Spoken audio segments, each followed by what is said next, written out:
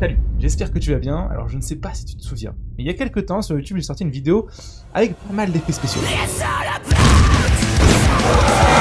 Et justement, au début, j'ai fait un titrage en 3D à la Stranger Things. Ce que je te propose, c'est qu'on refasse ça ensemble aujourd'hui. On y va? Alors jingle.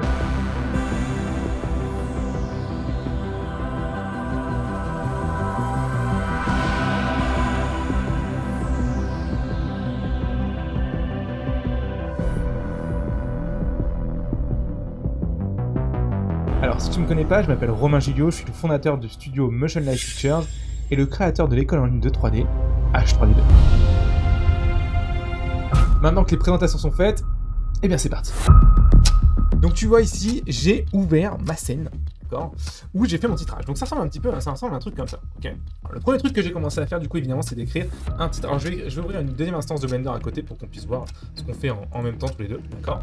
Et le premier truc, du coup, on va faire un texte, du coup, qui va être celui-là. Alors, pour créer un texte, Shift A, du coup, ou alors tu vas dans Add aussi, ici, c'est pareil, Shift A, texte. Jusque là, rien d'incroyable. Pour éditer un texte dans Blender, il faut appuyer sur Tab, d'accord, pour rentrer dans le mode édition. Et comme c'est pas un mesh, tu vas pas bouger des points, tu vas changer les lettres. Et alors, en fait, tu peux écrire comme si c'était un document texte classique, en fait. Et donc là, je vais simplement écrire, par exemple, Stranger Things. Quoi? Ok. Alors, le premier truc qu'on voit déjà, c'est que c'est un peu pété parce que Stranger Things ici, bah tu vois, c'est pas la même typo. Et il faut qu'on aille chercher cette typo de Stranger Things. Alors pour la trouver, elle est assez simple. Hein. Moi, tu vois, je l'ai ici. Elle s'appelle, du coup, je crois, ITC Bongat Studio Benium. Bref, je ne sais pas ce que c'est, mais par contre, ce qui est cool, c'est que je peux la copier ici. Aller dans Google, marquer, on va marquer ça, du coup, font download. Ok, je mettrai le lien dans la description. Comme ça, tu n'auras même pas à chercher parce que je suis super. Tu vas sur le premier là, et il suffit de le télécharger. Ok. Une fois que tu l'as téléchargé, il faut que tu te souviennes où est-ce que tu as mis le lien de. Enfin, où est-ce que tu as enregistré ce fichier, parce qu'il va falloir le retrouver. D'accord. Pourquoi il va falloir le retrouver? Parce qu'il va falloir du coup, ici, sélectionner ton texte, aller dans les data de ton texte, donc ton propriété, ici, tu as le data de ton texte, et tu as ici font, et du coup, tu vas aller chercher ici la fonte en l'ouvrant en fait directement. Donc une fonte c'est une police. Hein. Donc pour ça du coup moi je me souviens évidemment où est-ce que je l'ai rangé, donc je vais aller rapidement chercher ça. Et ici on va bien prendre la, hop je vais bien montrer ici la médium, tu vois, d'accord. Parce que c'est celle qui ressemble le plus je trouve au film. Et enfin là c'est plutôt jour. Ok, et on voit tout de suite que là, ok ça commence à avoir un peu plus de gueule. Mais il y a un truc important à bien comprendre, c'est que dans la série du coup, tu vois, le texte, il est détouré comme ça. T'as un espèce de... T'as un détourage, en fait. On pourrait appeler aussi un edge detect, en anglais, bref. Et donc, nous, ce serait bien qu'on ait ça, parce que pour l'instant, nous, on a juste un texte classique en mode qui est plein, quoi. On veut juste les contours. Alors pour ça, il y a une technique très très simple. Je t'explique. Il va falloir aller dans notre texte ici, et il va falloir qu'on aille faire un bevel avec un objet. Alors le problème, c'est qu'on n'a pas d'objet, donc il va falloir créer un objet. Et l'idée, c'est qu'on va se servir de la courbe d'un objet, de sa forme, pour dire la forme qu'aura les contours de chaque edge. Alors c'est peut-être pas très clair comme ça, mais tu vas voir, quand je vais le faire, ça va te paraître parfaitement logique.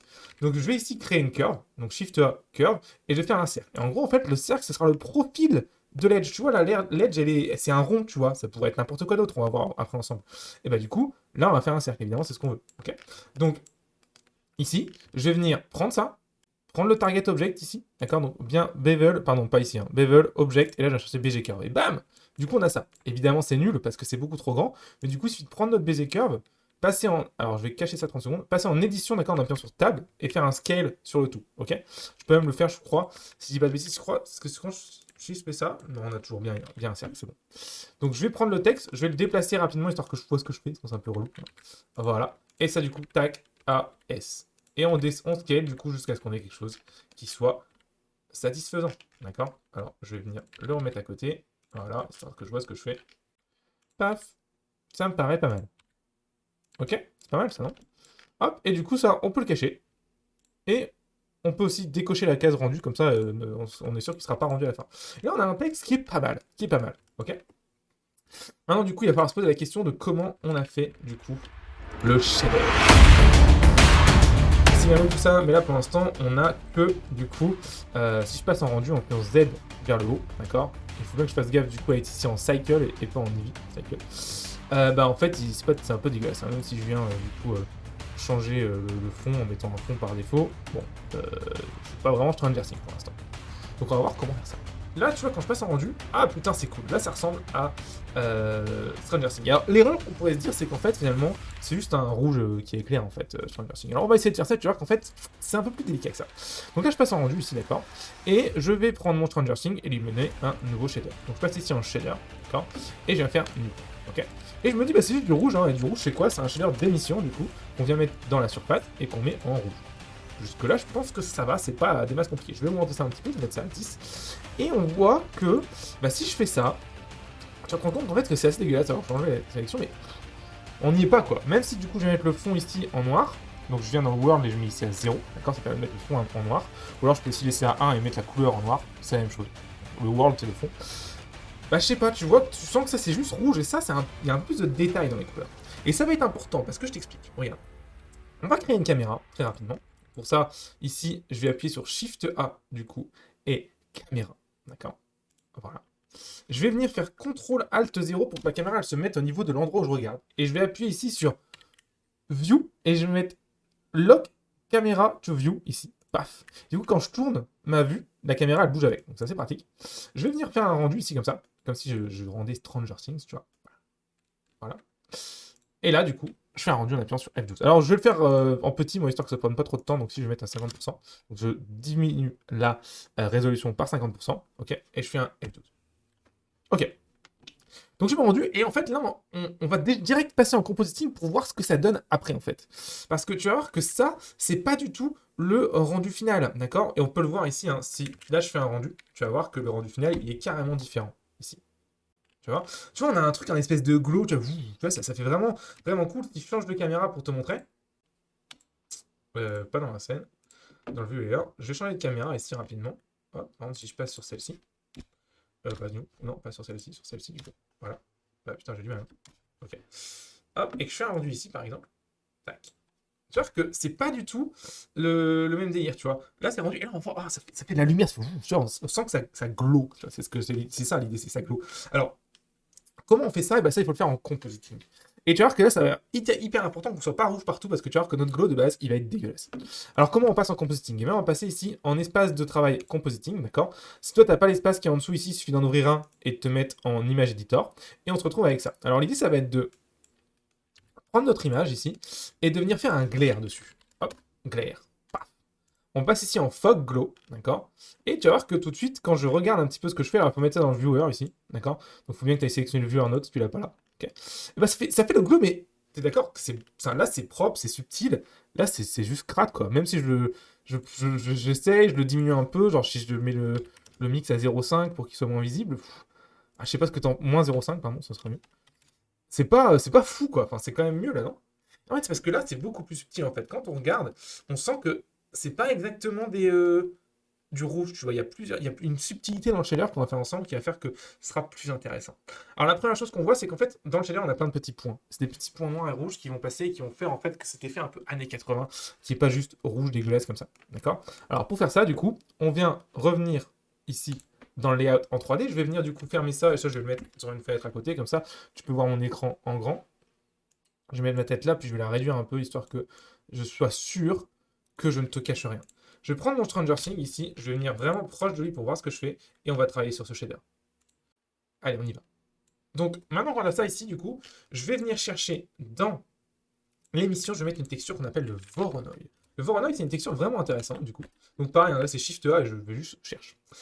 Parce que en fait, si je augmente le scale, tu vois, ça fait des petits points comme ça. Ok, c'est super. Alors tu me dis, ouais, mais les petits points sont vachement étirés. Ça, c'est parce que notre espace de texture est pété. Te prends pas trop la tête, juste ce qu'il faut que tu saches, c'est que tu mettes un texture coordinate ici. Texture coordinate. Et que tu mettes simplement object ici. Et là, ça réglera le problème. Tu vois que nos petits points, maintenant, c'est des petits points. Et ça, on va en mettre des tonnes, parce que du coup, c'est ce qui va driver notre rouge et noir, en fait. Donc on y va. Bref, ça fait exactement l'effet qu'on voulait. C'est quand même beau, non? Des petits points, voilà, on a des petits points. Texture Voronoi, c'est quand même pas très compliqué, quoi. Texture Voronoi, on augmente le scale. On va mettre ça du coup dans la strength ici, ok? Et comme ça va me donner directement le rouge avec les petits points. Alors ce que j'aime pas trop ici, c'est que la strength, elle est pas assez forte. J'aimerais avoir un truc beaucoup, beaucoup plus fort, moi, en termes de valeur pour avoir du glow. Parce que là, si je fais un rendu comme ça, tu vas voir que j'aurai plus de glow du coup. Non, c'est tout nul et il n'y a plus de glow parce que c'est plus assez fort parce que la strength là elle est comprise entre 0 et 1 puisque ça renvoie des valeurs entre 0 et 1. Mais pour avoir du glow en compositing, il faut avoir des valeurs supérieures à 1. Ou alors il faut simplement du coup baisser le threshold. Mais c'est pas très joli non plus. Donc on va augmenter la puissance et pour faire ça en fait il suffit de multiplier cette valeur là par un autre nombre. Donc on fait mat ici et on fait simplement un multiply et on va multiplier par genre 50. Et là, si on fait un rendu, tu vas voir que tout de suite déjà, bam, ok, ça explose, super. Mais on est quand même très loin de la subtilité qu'on avait tout à l'heure. Alors comment faire ça? Déjà, en fait, au lieu d'avoir une couleur juste rouge, on va venir faire un nuage de couleurs qui sera un peu plus intéressant. Donc je vais faire ici un ramp. D'accord? Un color ramp. Ici, et je vais venir mettre la distance dans le colorant et je vais l'afficher en faisant CTRL-SHIFT-clic gauche. Si tu n'arrives pas à faire CTRL-SHIFT-clic gauche, c'est parce qu'il faut que tu actives l'add-on Node Wrangler. Node Wrangler. Tape Node dans ton add-on, tu trouveras. Ici, du coup, je vais venir chercher ça, hop, en orange, tu vois, ou en rouge plutôt foncé, tu vois. Voilà, comme ça. Voilà. On va taper au milieu ici un rouge vraiment bâtard, tu vois. Et ici, on va taper, aller chercher plutôt un orange, tu vois. Alors, pas celui-là, juste celui rouge. Alors, par contre, du coup, je veux l'inverse. Hein. Moi, je veux plutôt, du coup, qu'on ait les points. Ah non, donc on va faire ça. On va inverser, par contre. Du coup. Pas dans le bon sens là. Voilà. C'est ça que je veux. Et ça, je veux un orange méga fort, tu vois, méga puissant. Ça, je veux un truc vraiment rouge. Voilà. Ok. Et non, pas toi. Toi, je te veux orange. Bon, il n'a pas compris. On recommence. Lui, orange. Voilà. Lui, rouge. Voilà. Et lui, dans les sombres, je pense qu'on peut le mettre même un peu plus sombre. Voilà. Ok. Ça, c'est pas mal. Là, on commence à avoir le truc que je veux. Alors, je vais peut-être baisser un peu la taille. Peut-être que je vais la mettre à 250. C'est pas mal, c'est pas mal. Peut-être qu'on peut essayer d'avoir un peu plus de variation, tu vois. Peut-être que là, je pourrais essayer d'aller chercher un truc un peu plus orange. Un petit peu plus. Ouais, ça fait vraiment orange, là, pour le coup. En même temps, putain, mais il commence vraiment à me saouler. Ça, c'est rouge. Voilà, tu te calmes. Et c'est lui qu'on veut plutôt orange. Je suis un petit peu énervé. J'espère que tu m'excuseras. C'est pas trop mal, ça, en termes de texture. Mais si on fait le rendu, tu vas voir que malgré ça, tu vois, si je vais mettre ça dans la couleur ici et que je fais le rendu ici, tu vois que malgré ça, du coup, on n'y est pas, tu vois. Tu vois, on n'y est pas encore, tu vois. Ça, on commence à toucher ce côté un petit peu néon, tu vois. Un peu néon, on a vraiment le côté qui glow et tout, mais on n'y est pas encore. Et c'est parce qu'en fait, ça manque de variation. On va voir ça tout de suite. Alors, comment on fait du coup nos variations? Eh bien, l'idée en fait, c'est que quand on regarde ce qu'on avait tout à l'heure, on n'avait pas la même puissance de glow partout parce qu'il y avait une espèce de variation en fonction des lettres, en fonction des éléments. On avait du glow plus ou moins différent. Et c'est ce qu'on va faire. Alors, ça, c'est simple à faire. En gros, l'idée, c'est que. Alors, je vais enregistrer ça, cette scène, histoire que si je la perds, je ne sois pas dégueu. Voilà. L'idée, ça va être de dire, je veux avoir des choses qui varient sur la surface. Et il y a un nœud vachement bien pour faire ça, pour faire varier de manière aléatoire des trucs sur une surface. C'est vraiment fait que pour ça, et on l'utilise tout le temps. C'est le nœud de noise. Du noise. Alors, si je mets le noise ici et que je l'affiche, ça fait pas grand chose, tu vois. Ok. Mais si je le scale, on se rend compte qu'il se passe des trucs. Alors pareil, c'est étiré comme de manière dégueulasse pour le Voronoi. Si on met le mode objet ici, ça règle le problème. Et c'est pas mal. Mais là, du coup, on va avoir des zones. On va baisser le scale pour avoir des zones beaucoup plus grandes. Tu vois, l'idée, on aimerait avoir des zones noires et blanches, du coup, qui soient à peu près de la taille d'une lettre, tu vois. Genre un truc comme ça. Alors là, on voit pas bien. Donc, je vais faire ici un map range. Ici. Un map range pour contraster. Alors, ne le fais pas, c'est juste pour te montrer. Et si tu vois, quand je contraste, ça permet de vraiment voir les zones où elles sont, tu vois. Et je vais pouvoir gérer le scale ici. Alors, je t'explique comment fonctionne ce map range et tu vas pouvoir, du coup, le faire. L'idée, c'est que le map range, c'est un truc qui permet de contraster des valeurs entre 0 et 1. Si cette valeur-là, elle est proche de la valeur qui est ici, ça va être contrasté. Tu vois, si je mets ça à 0,5 et ça à 0,501, donc c'est super proche, tu vois que c'est méga contrasté. On a vraiment juste des valeurs, et en fait, ça représente la ligne de 0,5 entre 0 et 1. Ok? Parce qu'en fait, on a une nuance de gris, du coup, de 0 à 1. En couleur, hein, en 3D, du coup, quand tu as une nuance de gris, d'accord, en fait, souvent, ça veut dire que c'est une nuance de chiffre entre 0 et 1, et Blender le représente, en fait, une couleur, du coup, plus proche du noir quand c'est proche de 0, et plus proche du blanc quand c'est proche du 1. Et du coup, le gris parfait, c'est 0,5. Okay, et du coup, nous, avec le map range, on peut venir contraster ces valeurs. Donc, si tu mets la valeur haute à 0,5 et la valeur haute juste en dessous, qui va être, donc la valeur min value qui va être 0,5 et la max value qui va être 0,501, c'est des valeurs qui sont très très proches, et bien ça va nous représenter la ligne de séparation qui va être à 0,5 du coup dans notre noise. Ok? Si t'as pas compris ça, c'est pas très grave.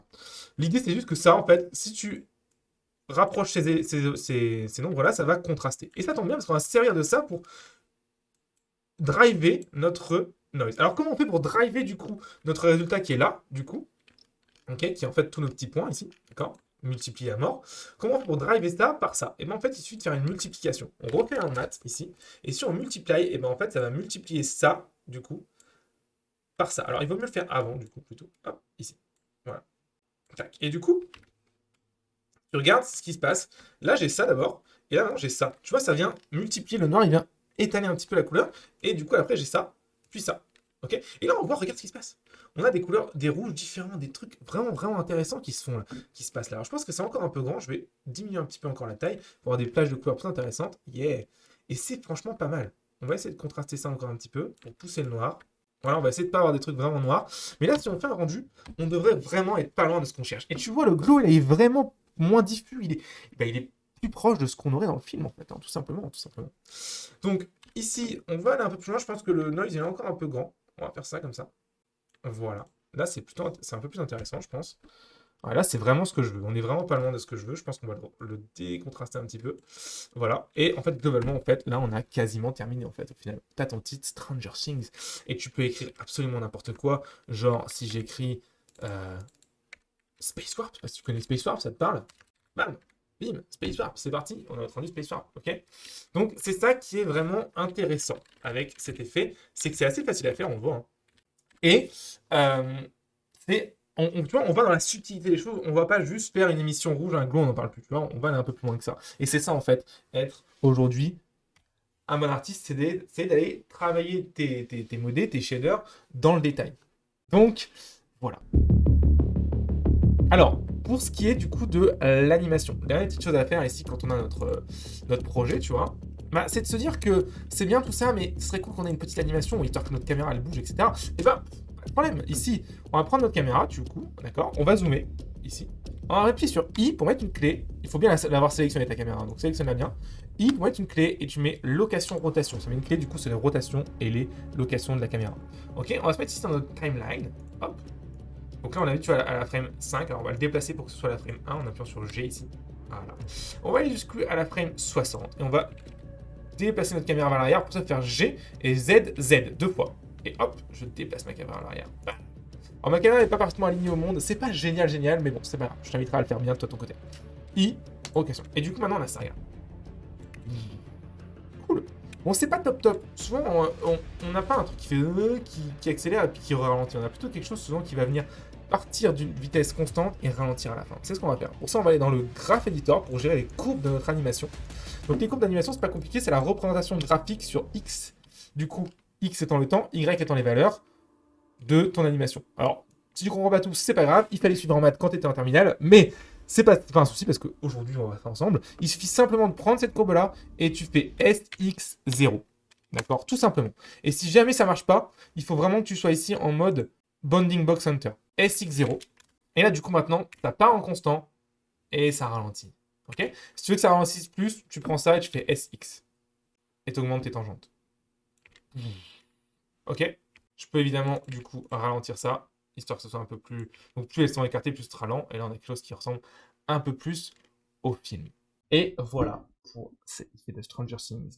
Alors, je me rends compte que tout ce qu'on vient de faire n'est pas forcément évident. Et si t'as pas tout compris, ne t'inquiète pas, c'est normal. Alors, je sais très bien à quel point ça peut être frustrant de se retrouver dans cette position. Bah ouais, t'as envie de faire des trucs de fou en 3D, des trucs de malade, tu vois des tutos de fou, mais t'es H24 largué, et pourtant, tu passes ta vie devant des tutoriels YouTube. Bizarre, non? Eh bien, en fait, pas tant que ça. La plupart des tutoriels expliquent les étapes successives pour arriver à un résultat donné. Mais malheureusement, ils expliquent jamais pourquoi et dans quel ordre et comment fonctionnent ces étapes. Et ça, c'est un énorme problème. Alors ces éléments-là, pour comprendre les étapes, ça s'appelle les bases fondamentales.